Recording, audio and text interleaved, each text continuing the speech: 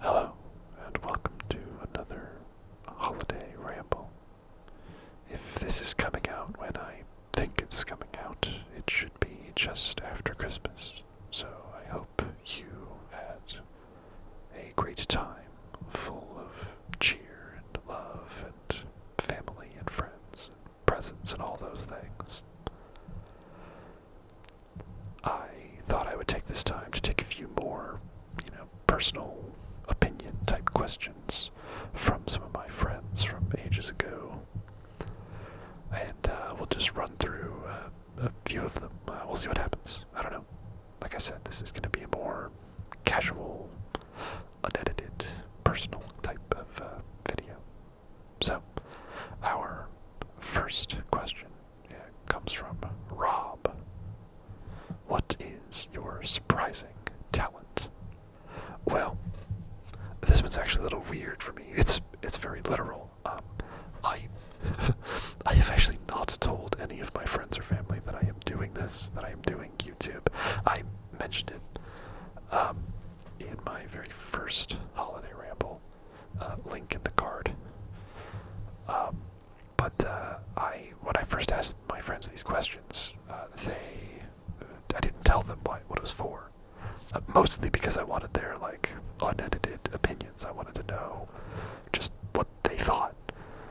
But yeah, I think technically, if you can consider ASMR YouTubing a talent, my friends would be very surprised to find that I have this talent.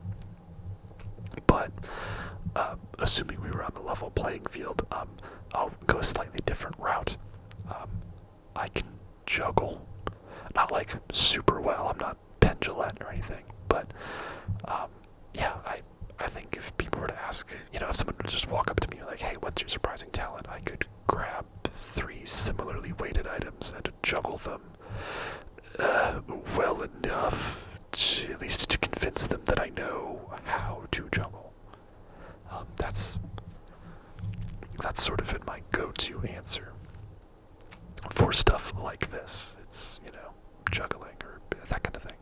I knew magic. I knew close-up, sleight of hand type magic.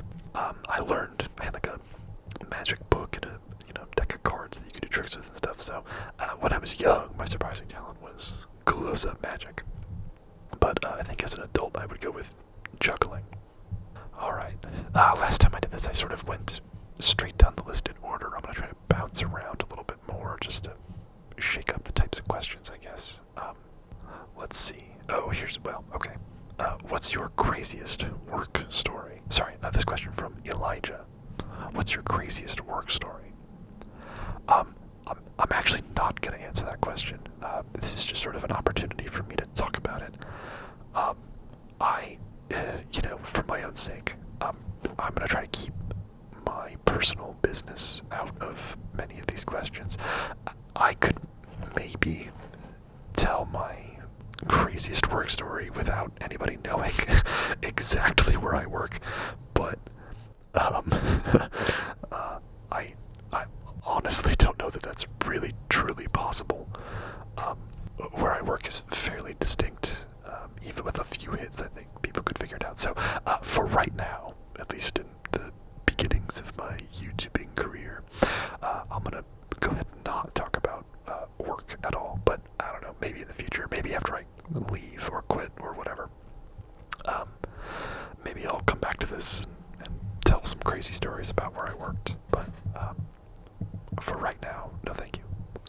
But let's give Elijah his due. Another question from him. What's your favorite board game or video game? Man, I will answer both of those questions. I love board games. As a kid, I loved video games. But as I've grown older, I find that I enjoy board games more than video games. So, let's start with video games, ironically. Historically, my favorite video game was Halo 2. I had a lot of fun playing both the primary story, playing like a co-op campaign with my brother, and playing online. It was my first real experience with online gaming.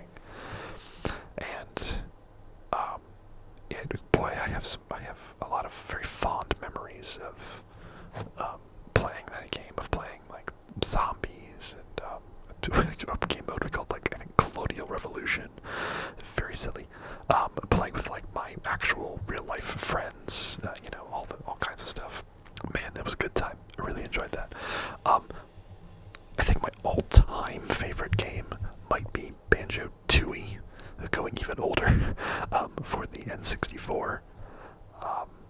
That was another game that I have a lot of really, really fond memories of, like sitting at home as an especially young kid, even into my teenage years, of like playing it. You know, it's just like a puzzle platformer, but it's good and challenging and funny. You know, it's tongue in cheek, but not so bad that you're like cringing per se.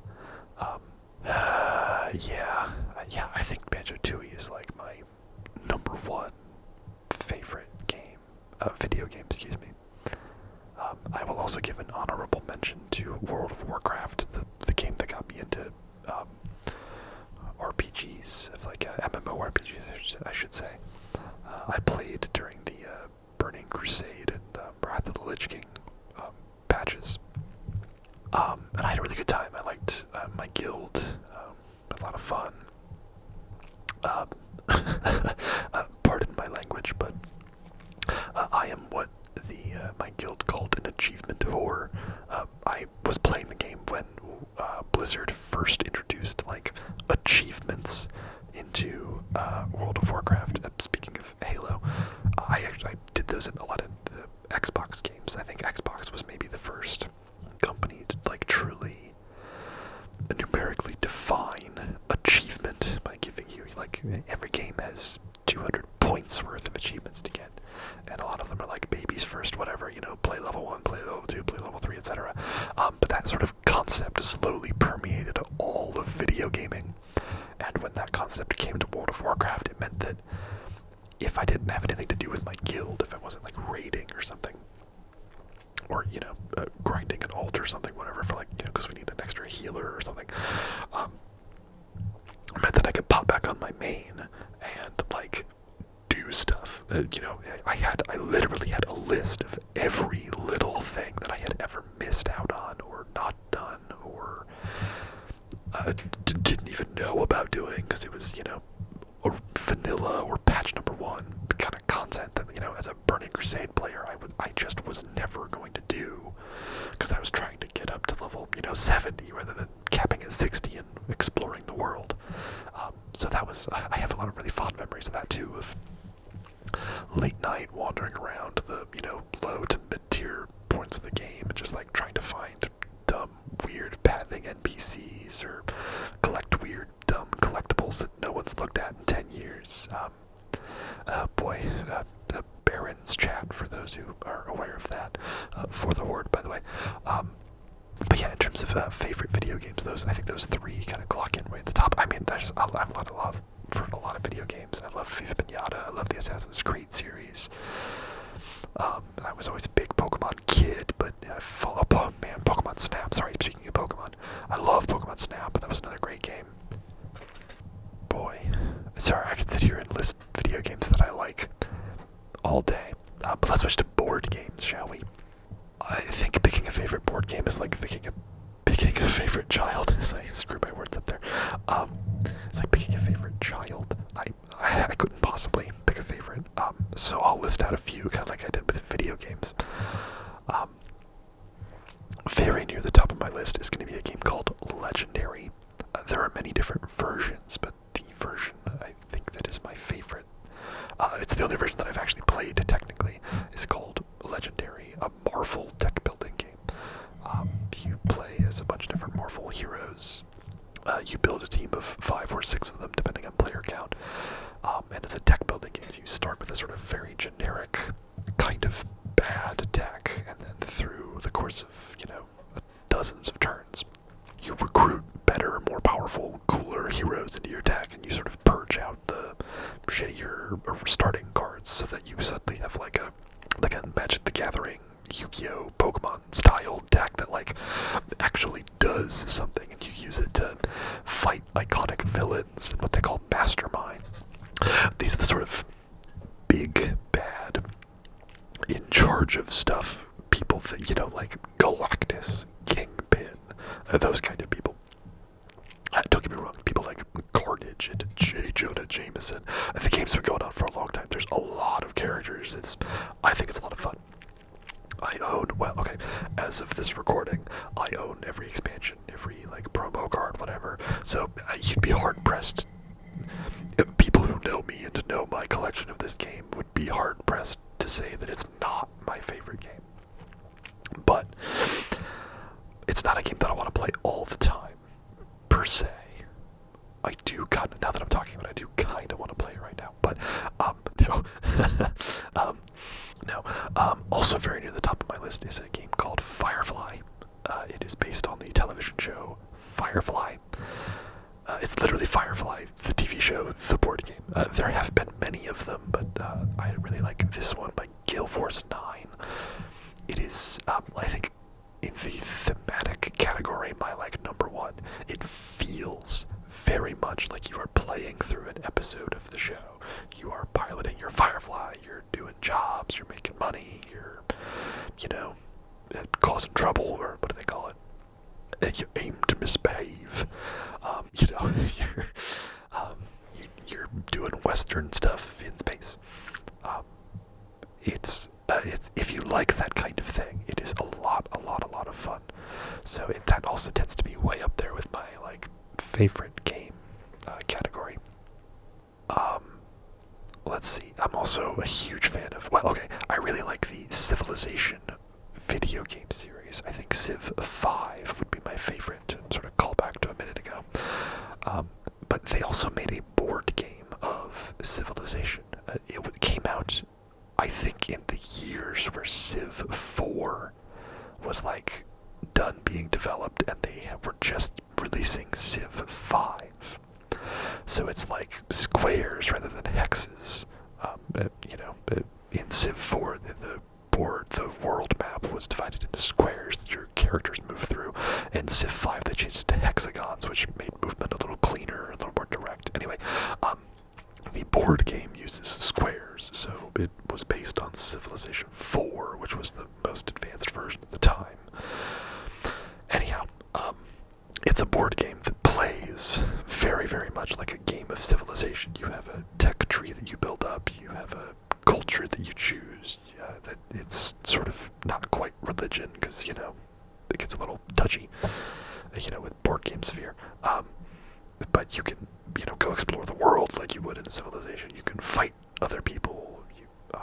You can win sort of the domination victory by conquering another person. You can win the tech victory by fully completing your technology tree. You can win a culture victory by fully completing the culture track. You can win an economic victory by having enough coins. It's a special mechanic in the game. It feels really good. It feels like a Civ game. It plays really nicely. It's, I guess what they would call crunchy. It's got a lot of nice, good rules. It feels like a fun game, to me anyway. Nice, long, fun game. Keeping going down the list, Blood on the Clock Tower is another game that I really, really love. It really is up there on my list of favorites in terms of board gaming. If you've not heard of it or played it, Blood on the Clock Tower is akin to...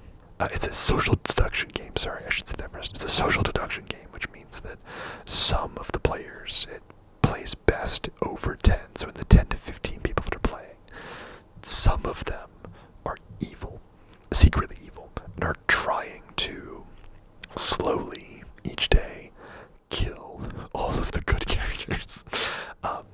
It's played across 2 phases. The evil acts at night, and so does there's special roles that wake up at night and do stuff, and then during the day, you just are in a circle and can get up and walk around the room and talk to each other and be like, hey, what did you learn last night? Anyway, there are lots and lots and lots of different versions of this kind of game. Werewolf is another board game that's like that. That's way more popular. Well, way more, I'll say, accessible.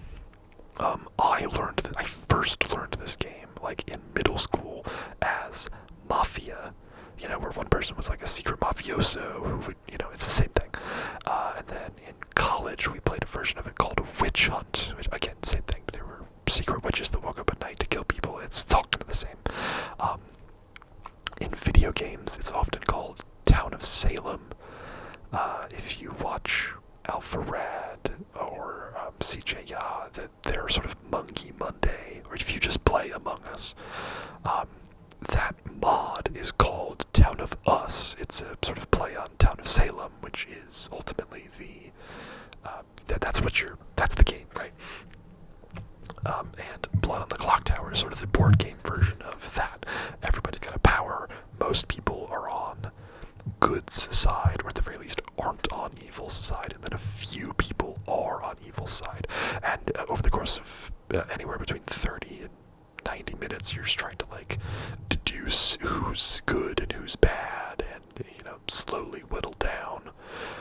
Because sorry, I forgot to mention, good can during the day vote to kill. If you really can identify exactly who, well, okay, exactly is a tough word, but if you can beyond a reasonable doubt identify who might be bad, you can convince the other townsfolk to vote them out of the circle, out of the town, kill them. And then they don't get to do their horrible evil stuff that night, unless they were good, in which case you've now gotten rid of one good thing that happens at night. So it's a it's a great psychological game. I absolutely love it. It does need like I almost called it a DM. They call it a storyteller, I guess, in Blood on the Clock Tower. You need somebody to run the game. They have to like not play, basically, and sort of moderate. They sort of keep time. They keep the story moving. They determine what roles go in. Anyway, it's a great game. If you like social deduction, if you have like a lot of friends who are into that sort of acting but not really acting kind of thing, super recommend if you can find like a gaming group, or if you can afford to buy it on your own. High recommend from me. Great game. And now we think of other games I like. Boy, I don't know how many I've gone through already. Civ, Firefly, Legendary, Blood on the Clock Tower. I'm gonna go through some honorable mentions before I like list a definitive fifth game.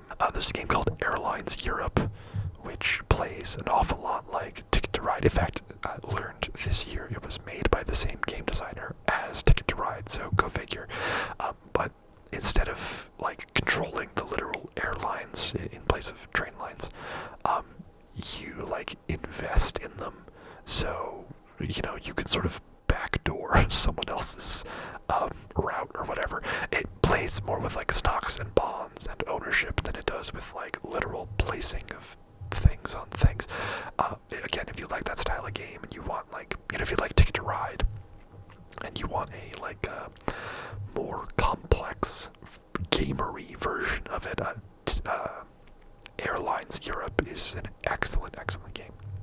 I'm really fond of a 4-player game called Sabotage. It's a 2 versus 2 game where 2 people are playing as like super villains and 2 people are playing as like secret agents trying to stop them.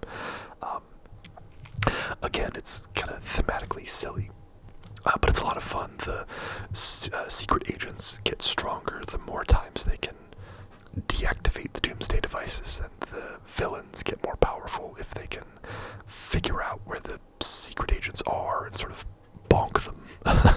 It's kind of a silly concept, but it's a lot of fun if you have 4 people to play it.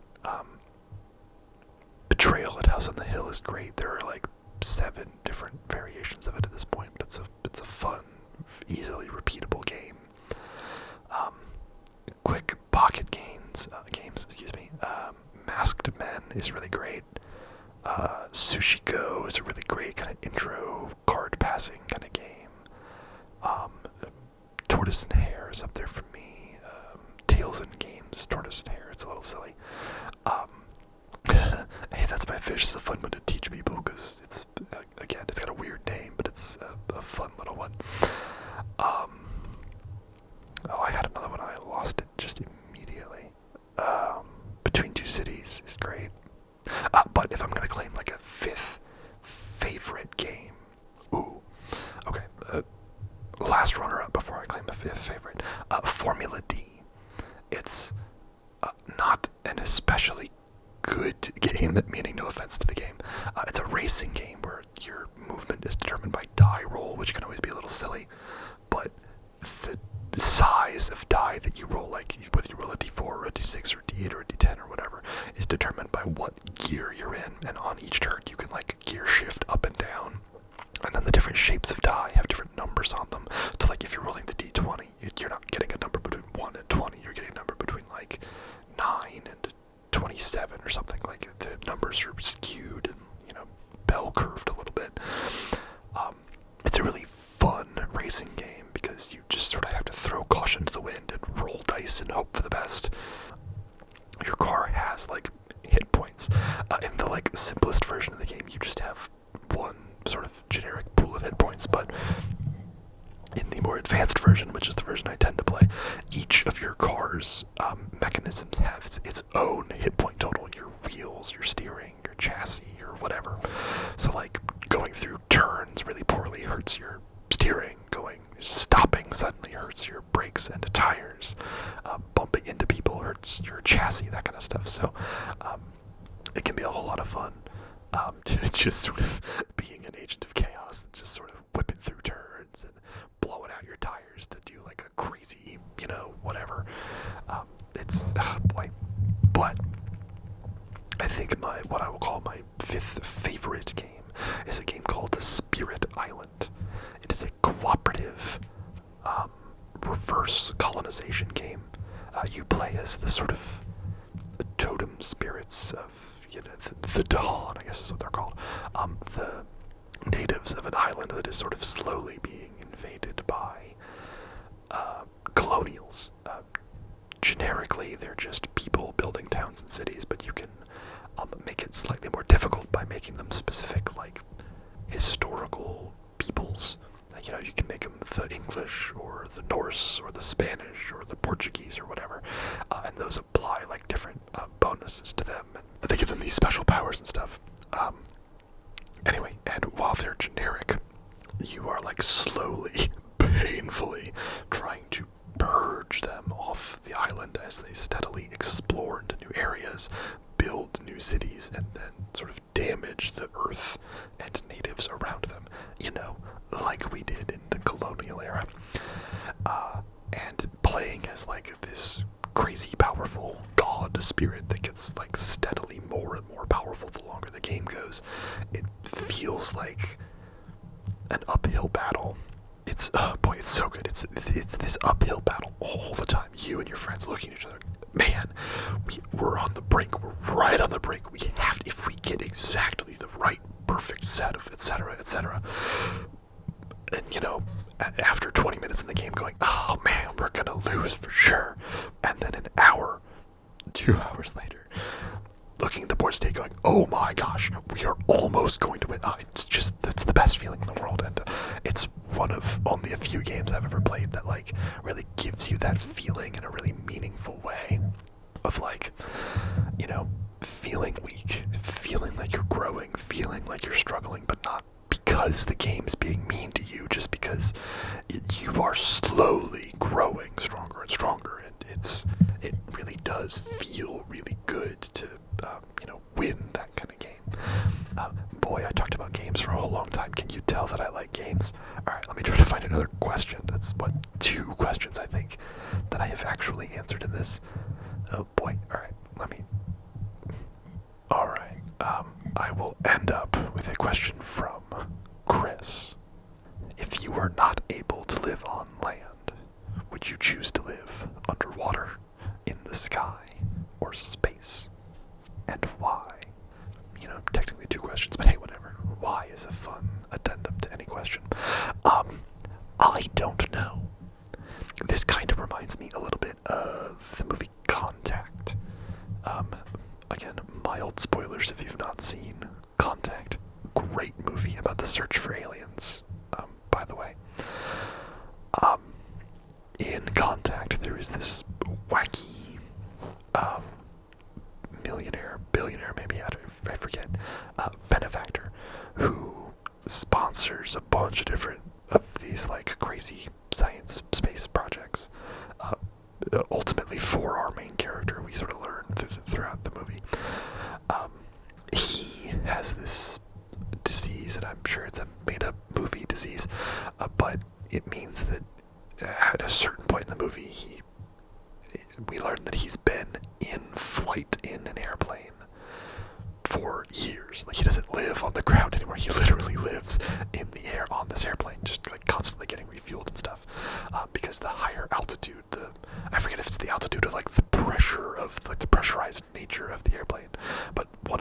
things is helping with the bone, blood, muscle. I really do forget what it is.